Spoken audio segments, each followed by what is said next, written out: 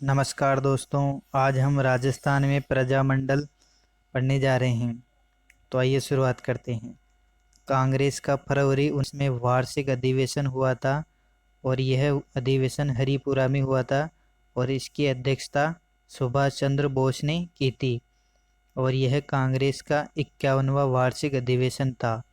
इस अधिवेशन में कांग्रेस ने देशी राज्यों के आंदोलन को समर्थन देने एवं उत्तरदायी शासन की स्थापना के लिए आंदोलन तीव्र करने के लिए पारित किया था।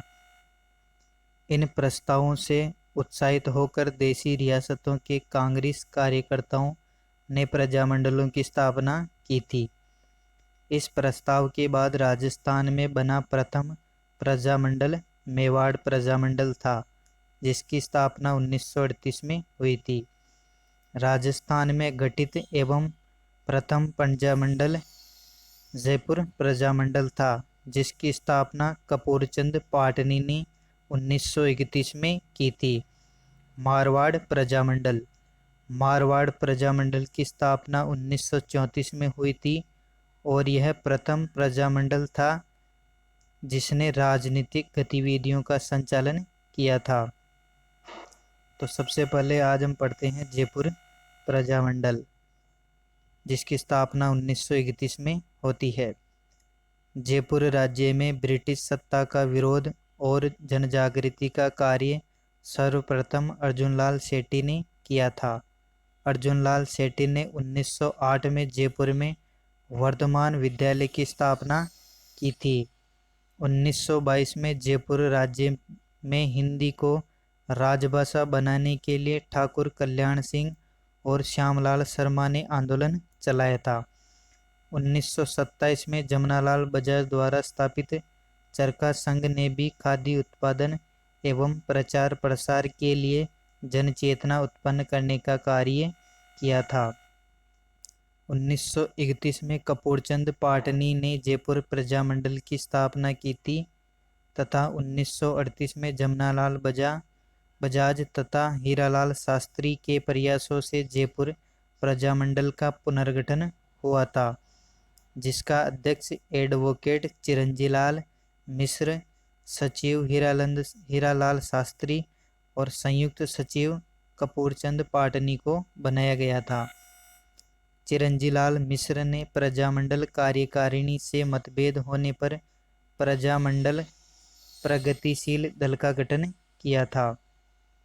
भारत छोड़ो आंदोलन 1942 में हुआ था और इस समय हीरालाल शास्त्री ने जयपुर के प्रधानमंत्री मिर्जा इस्माइल से समझौता कर आंदोलन नहीं करने का निश्चय किया था। बाबा हरिश्चंद्र के नेतृत्व में प्रजामंडल का एक गुट हीरालाल शास्त्री से सहमत नहीं था, अतः उन्होंने 1942 में आज़ाद मोर्चा का गठन कर आंदोलन शुरू कर दिया था। समझौतावादी नीति के कारण हीरालाल शास्त्री की सर्वत्र आलोचना हुई। अंततः सितंबर 1942 में शास्त्री जी ने नेत्र मिर्जा इस्माइल को आंदोलन प्रारंभ करने से संबंधित अल्टीमेटम भेजा। इसको 1942 में शास्त्री जी ने मिर्जा इस्माइल को। अगला है प्रधानमंत्री मिर्जा इस्माइल ने हीरालाल शास्त्री को आमंत्रित कर एक समझौता किया जिसे जेंटलमैन एग्रीमेंट कहा जाता है और इसके प्रमुख प्रावधान इस प्रकार थे। इसमें प्रावधान थे कि जयपुर राज्य युद्ध के लिए अंग्रेजों की जनधन से मदद नहीं करेगा। प्रजामंडल को शांतिपूर्ण युद्ध विरोधी अभियान चलाने की अनुमति होगी। राज्य में उत्तरदायी शासन की स्थापना के लिए शीघ्र प्रक्रिया प्रारंभ की जाएगी। 1945 में जवाहरलाल नेहरू की प्रेरणा से आज़ाद मोर्चा को बाबा हरिश्चंद्र ने प्रजामंडल में समाहित कर दिया। 27 मार्च 1947 को राज्य शासन में सुधार किया गया, जिसके अनुसार एक नया मंत्रिमंडल बनाया गया जिसमें हीरालाल शास्त्री मुख्यमंत्री बने थे। जुलाई 1947 में नरेंद्र मंडल की सभा में जयपुर महाराजा ने भारतीय संघ में मिलने की घोषणा कर दी थी। जयपुर राज्य से 3 सदस्य भारतीय संविधान सभा में भेजे गए थे, जिनमें से एक पंडित हीरालाल शास्त्री थे। इसके बाद आता है बूंदी प्रजामंडल। इसकी स्थापना भी नवंबर 1931 में होती है। राजस्थान सेवा संघ की शाखा बूंदी में भी स्थापित की गई। इसके अध्यक्ष पंडित नैनूराम शर्मा थे एवं अन्य कार्यकर्ताओं ने राज्य में जन जागृति उत्पन्न करने का काम किया था। 1927 में पुलिस द्वारा पुरोहित रामनाथ कुदाल की हत्या ने जनता में रोष उत्पन्न कर दिया था।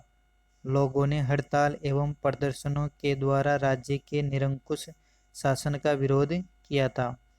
1931 में कांतिलाल की अध्यक्षता में बूंदी प्रजामंडल की स्थापना की गई थी। प्रजामंडल ने राज्य में उत्तरदायी शासन स्थापित करने एवं नागरिक अधिकारों की मांग की थी। प्रजामंडल द्वारा प्रशासनिक सुधारों की मांग करने हेतु 1937 में इसके अध्यक्ष ऋषिदत्त मेहता को राज्य से निर्वासित कर दिया गया था।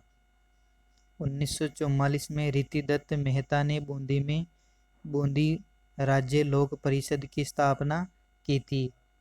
हरिमोहन माथुर को इसका अध्यक्ष बनाया गया था।